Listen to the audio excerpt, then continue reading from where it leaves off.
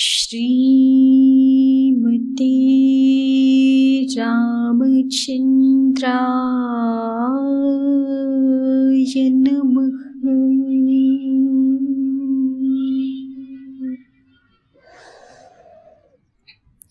आपदामपहर्तारं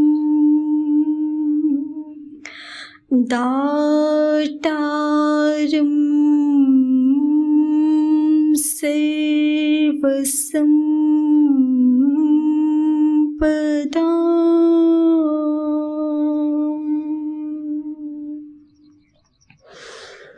लोकाभिरामं श्रीरामं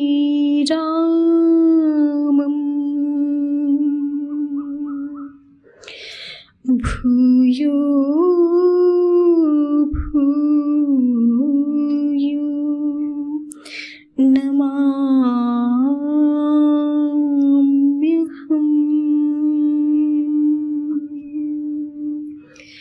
भूयो भूयो नमाम्यहम्।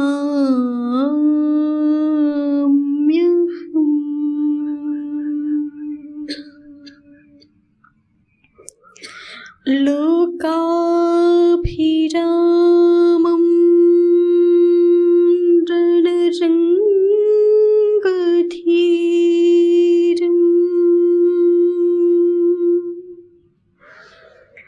लोकाभिरामं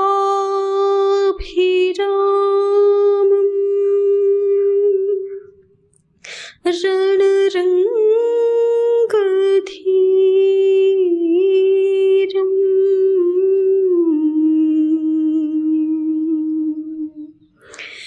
राजीवनेत्रम्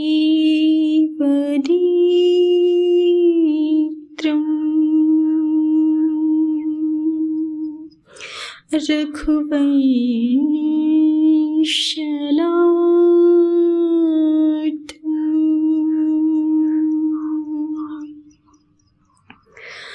कारुण्यरूपम्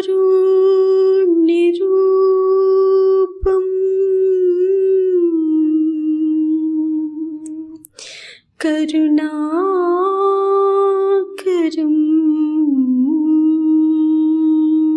तं श्रीरामचन्द्रं शरणं प्रपद्ये। श्रीरामचन्द्रं शरणं प्रपद्ये। श्रीरामचन्द्रं शरणं प्रपद्ये। श्रीसहित दिनकरवंशभूषण काम बहुछवि सोहई। श्रीसहित दिनकरवंशभूषण काम बहुछवि सोहई। नव अम्बुधर बरगात अम्बर पीत सुर मन मोहई। नव अम्बुधर बरगात अम्बर पीत सुर मन मोहई। मुकुटांगदारि विचित्रभूषण अंग अंगन्हि प्रतिसजे। अम्भोजनयन विशाल उर्भुज धन्य नर निरखन्ति छे। अम्भोजनयन विशाल उर्भुज धन्य नर निरखन्ति छे। धन्य नर निरखन्ति छे। धन्य नर निरखन्ति छे। परम ललित ललाम छवि भगवान श्री राम, परम करुणा निधान अनंत सद्गुण गण निलय भगवान श्री राम हमारे हृदयों में अपनी प्रीति सदैव प्रदान करें। इस भाव के साथ श्री मानस जी का स्वाध्याय। तुलसीदास महाराज जी भगवान श्री रघुनाथ जी की कथा का क्या महात्म्य है, वह कथा चाहे किसी सुकवि के द्वारा वर्णित हो अथवा किसी सामान्य योग्यता वाले मनुष्य के द्वारा भी वर्णित हो, भगवान श्री हरि की, भगवान श्री रघुनाथ की कथा हमेशा मंगल करनी ही है, मंगलप्रद ही है, सभी अमंगलों के मूल का भी निकंदन करने वाली है। ऐसा वर्णन तुलसीदास महाराज जी यहाँ पर कर रहे हैं और साथ में ये वर्णन कर रहे हैं कि विद्या का, ज्ञान का सार्थक्य तो वह यही है जब उस ज्ञान का जो परम तात्पर्य है, सभी विद्याओं का जो परम तात्पर्य है, परम गंतव्य, सभी विद्याओं के द्वारा जो परम प्राप्तव्य है, वो भगवान श्री हरि हृदय में प्रकाशित हो जाए। सरस्वती के द्वारा, वाणी के द्वारा जब भगवान श्री हरि की लीलाओं का, उनके दिव्य सामर्थ्य का, उनके दिव्य मनोहर भक्तजनों के साथ की गई क्रीड़ाओं का, उनके पुण्य कीर्ति का, उत्तम श्लोक का, यशोगान का जब वर्णन होता है वाणी के द्वारा, तभी वाणी सार्थक होती है। अन्यथा तो वाणी पुनः जो मनुष्य बहुत उत्तम वाणी का सामर्थ्य तो रखता है, लेकिन भगवान श्री राम जी के यशोगान से अपनी वाणी को सार्थक नहीं करता है, तो तुलसीदास महाराज जी कहते हैं कि उसके पास जाकर के तो सरस्वती जी भी अपना सिर धुन करके पछताने लगती हैं कि मैं कहाँ पहुँच गई हूँ। ऐसा वर्णन कुछ चौपाइयों में और छंद में तुलसीदास महाराज जी कर रहे हैं।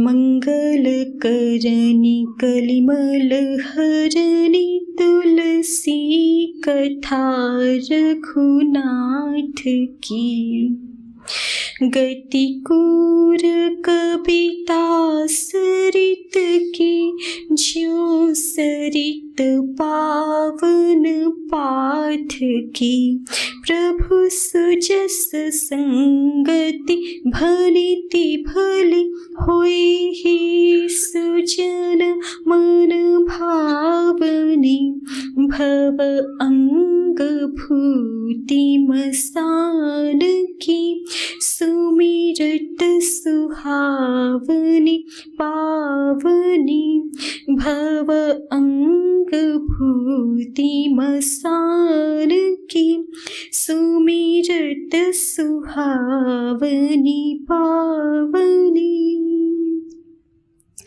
प्रिय लागे ही अति सब ही मम, भनिति राम जस संग, दारु विचारु की कर इको, बंदिय मलय प्रसंग, श्याम सुरभि पय बिसद अति, गुणद करहि सब पान, गिरा ग्राम्य सिय राम जस, गाँव ही सुन ही सुजान, गाँव ही सुन ही सुजान।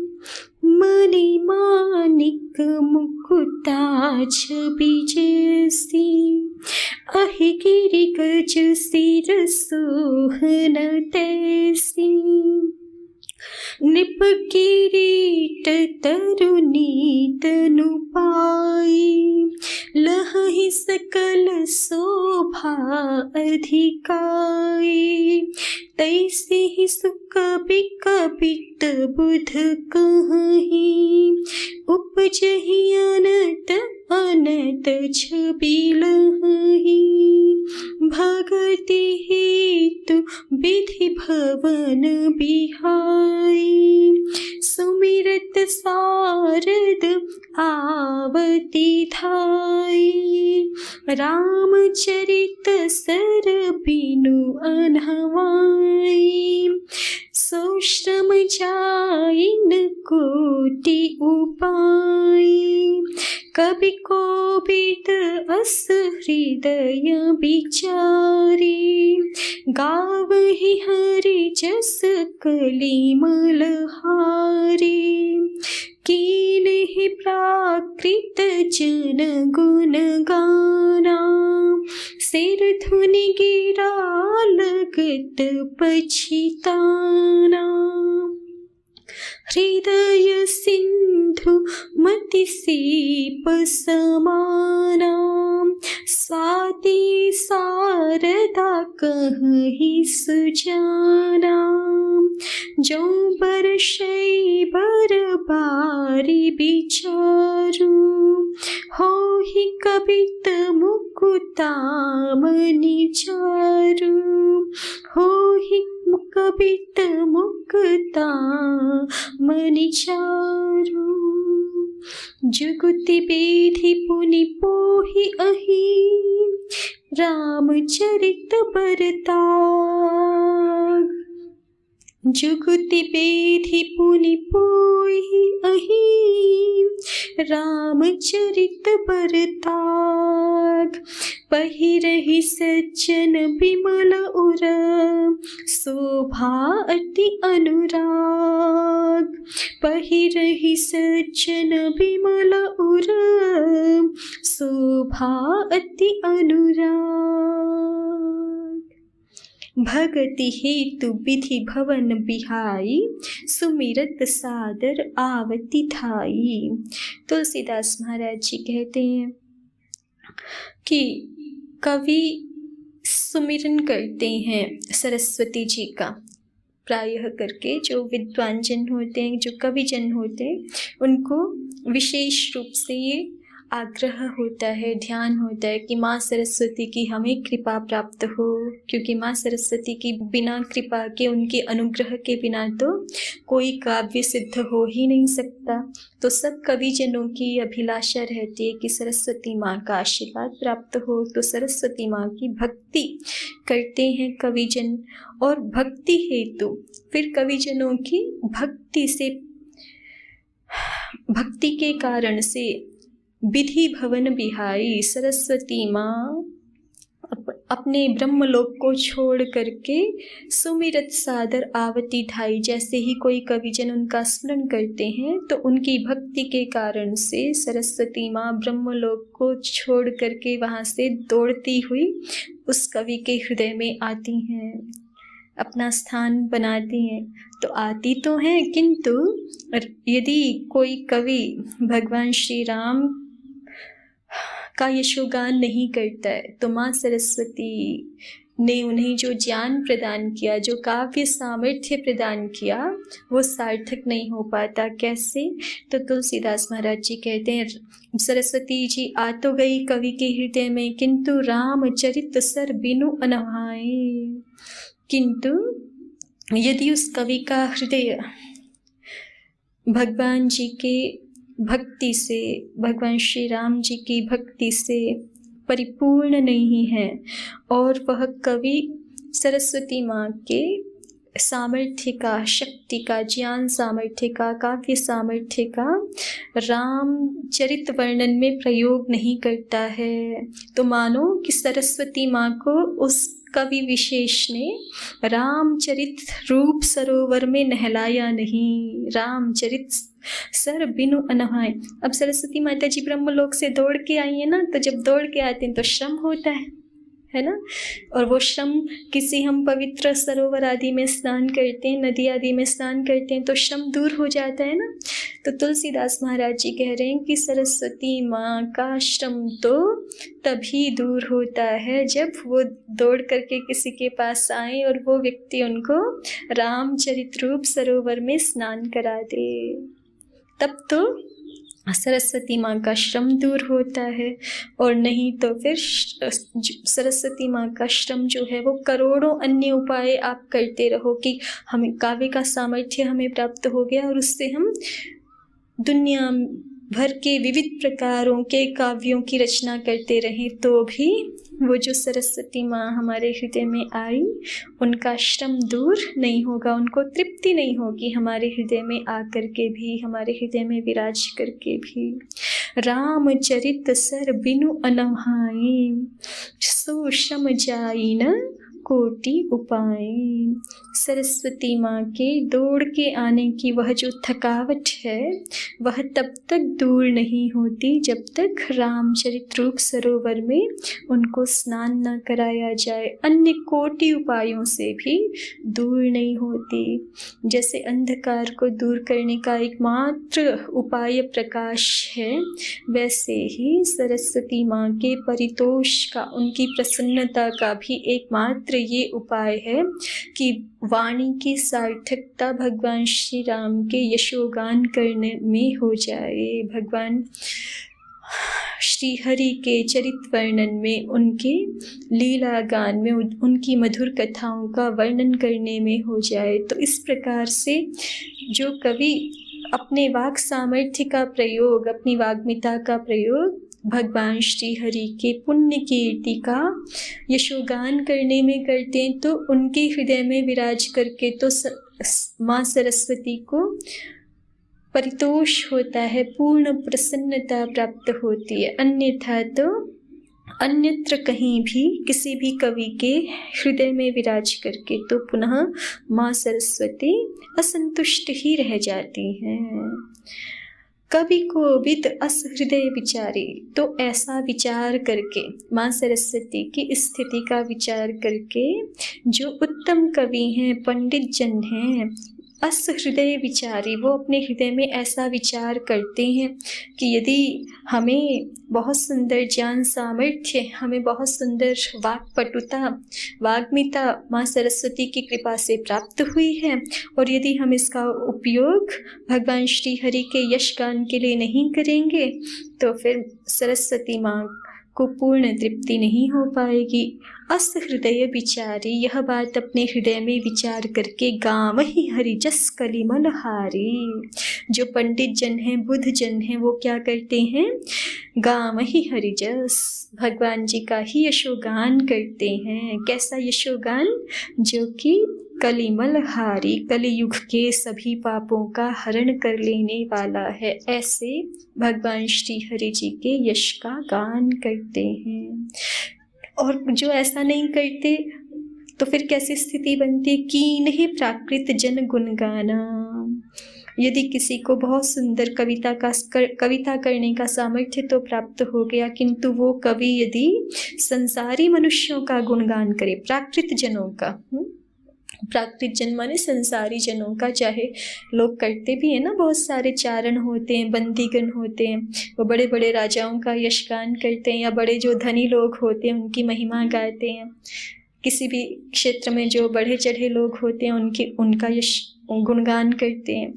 तो तुलसीदास महाराज जी कहते हैं कि इन्हें प्राकृत जन गुणगाना, संसारी मनुष्यों का यदि गुणगान करने में सरस्वती माँ के सामर्थ्य का हम उपयोग करते हैं तो सिर धुन गिरा लगत पछिताना, सरस्वती माँ भी अपना सिर धुन करके पछताने लगती हैं कि मैं इसके बुलाने पर क्यों आ गई इसके हृदय में, इसने तो मेरा सम्यक उपयोग किया ही नहीं, इसने मेरा सम्यक सत्कार किया ही नहीं।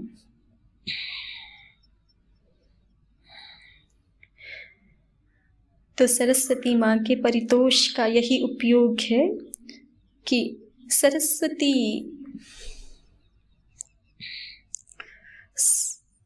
सरस का अर्थ होता है संस्कृत भाषा में ज्ञान, और वती माने वाली, ज्ञान वाली। तो भगवान जी की तो जो ज्ञान शक्ति है उन्हीं को सरस्वती कहा जाता है।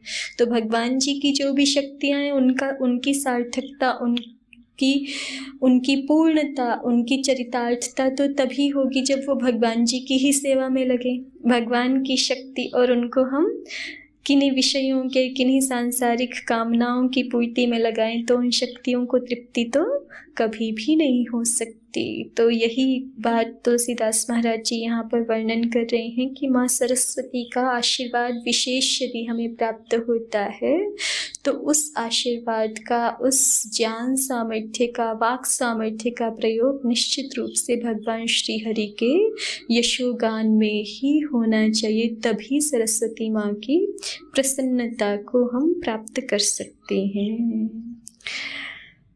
किसी भी कविता की रचना कैसे होती है उसका आगे वर्णन कर रहे हैं तुलसीदास महाराज जी। हृदय सिंधु मति सीप समाना, स्वाति शारदा कहीं सुजाना। सुजान जन, बुद्धिमान जन ऐसा कहते हैं कि हृदय सिंधु, हृदय समुद्र के समान है, और हमारी बुद्धि, जैसे मोती बनने के लिए क्या क्या चाहिए होता है संसार में? सीप चाहिए होती है, वो सीप समुद्र में मिलती है ना। तो समुद्र भी चाहिए, समुद्र होना चाहिए, सीप होनी चाहिए, और स्वाति नक्षत्र में जल की बूंद बरसनी चाहिए। वो जल की बूंद सीप का मुख खुला हुआ हो उसमें गिरनी चाहिए, तब जाकर के मोती बनता है ना। तो ऐसे ही तुलसीदास महाराज जी कहते हैं कि ये जो कविता है वो भी एक मोती के समान है। तो ये भगवान श्री राम जी के चरित्र की सुंदर कविता ये कैसे निर्मित होगी? तो कहा कि जिनका हृदय समुद्र बन गया है, जिनकी बुद्धि सीप के समान है, खुली हुई है भगवान श्री राम के यश को ग्रहण करने के लिए, और माँ सरस्वती की कृपा स्वाति नक्षत्र के समान है।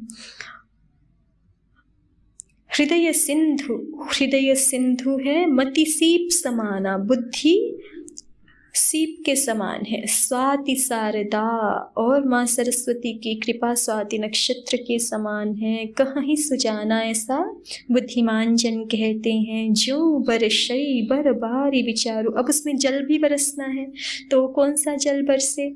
तो कहते हैं कि श्रेष्ठ विचारों का, भक्ति के, प्रेम के, करुणा के विचारों का जल यदि उस सीप में बरसता है, हो ही कवित मुक्ता मणि चारु, तो फिर मुक्ता मणि के समान सुंदर कविताओं की रचना हो जाती है।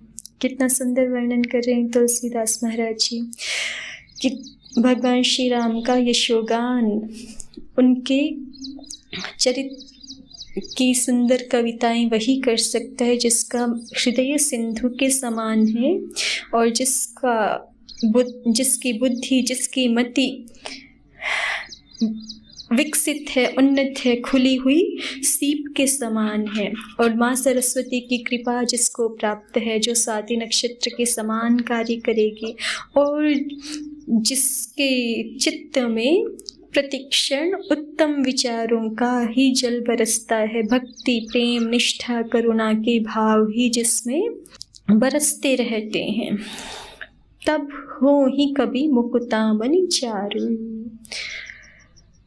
हृदय सिंधु मति सीप समाना, हृदय सिंधु मति सीप समाना, स्वाति शारदा कहीं सुजाना, स्वाति शारदा कहीं सुजाना। ज्यों बरसई बरबारी बिचारू, ज्यों बरसई बरबारी बिचारू, होहि कबिट मुकुतामणि चारु, होहि कबिट मुकुतामणि चारु। फिर अब ये सुंदर कविता तो बन गई, ये मुक्तामणि बन गई। अब इन मुक्तामणियों का क्या करना है? तो तुलसीदास महाराज जी कहते हैं, जुगुति विधि पुनि पोहि अहि, रामचरित बरताग, पहिरहि सज्जन बिमल उर, शोभा अति अनुराग। जुगति बेधि पुनि पोई अहीं। अब जब मणियाँ होती हैं तो फिर उनको जो है वो उनका वेधन करके उनको एक धागे में पिरोया जाता है, धागे में पिरो करके उसकी सुंदर माला बन जाती है, फिर उसको पहना जाता है, फिर उससे शोभा को प्राप्त होते हैं। ऐसे होता है ना। तो तुलसीदास महाराज जी कह रहे हैं कि ये जो सुंदर कविता रूप मुक्तामणियाँ तो बन गई बहुत सारी, अब जुगति बेधि पुनि पोहि अहीं, रामचरित बरताग, उन कविता रूपी मुक्ति मणियों को युक्ति से बेध करके सुंदर धागे में पिरोएंगे। सुंदर धागा क्या है? तो कहा रामचरित बरताग, रामचरित ही वो सुंदर धागा है जिसमें मुक्तामणियों को पिरोएंगे। और इसको पहनेगा कौन? तो पहिरहि सज्जन बिमल उर, सब नहीं पहन पाएंगे, जो सज्जन जन हैं वही अपने निर्मल हृदय में इसको धारण करेंगे। और फिर लोक में तो शरीर का सौंदर्य बढ़ता है, जो इस माला को पहनेंगे, रामचरित रूप सुंदर सूत्र में पिरोई हुई मुक्तामणियों की इस माला को अपने निर्मल हृदय में धारण करेंगे, उनकी कैसी शोभा बढ़ेगी। तो कहते हैं तुलसीदास महाराज जी, शोभा अति अनुराग, जिससे अत्यंत अनुराग रूपी शोभा होती है। जो इस माला को धारण करते हैं वो भगवान जी के आत्यंतिक प्रेम को प्राप्त हो जाते हैं। भगवान श्री राम जी का प्रेम हमें सदैव प्राप्त हो। रघुनंदन भगवान श्री राम जी की जय। गोस्वामी तुलसीदास महाराज जी की जय। सद्गुरुदेव भगवान की जय। समस्त भक्त वृंद की जय। ओम श्री परमात्मने नमः। ओम श्री गुरुभ्यो नमः। ओम सर्वेभ्यो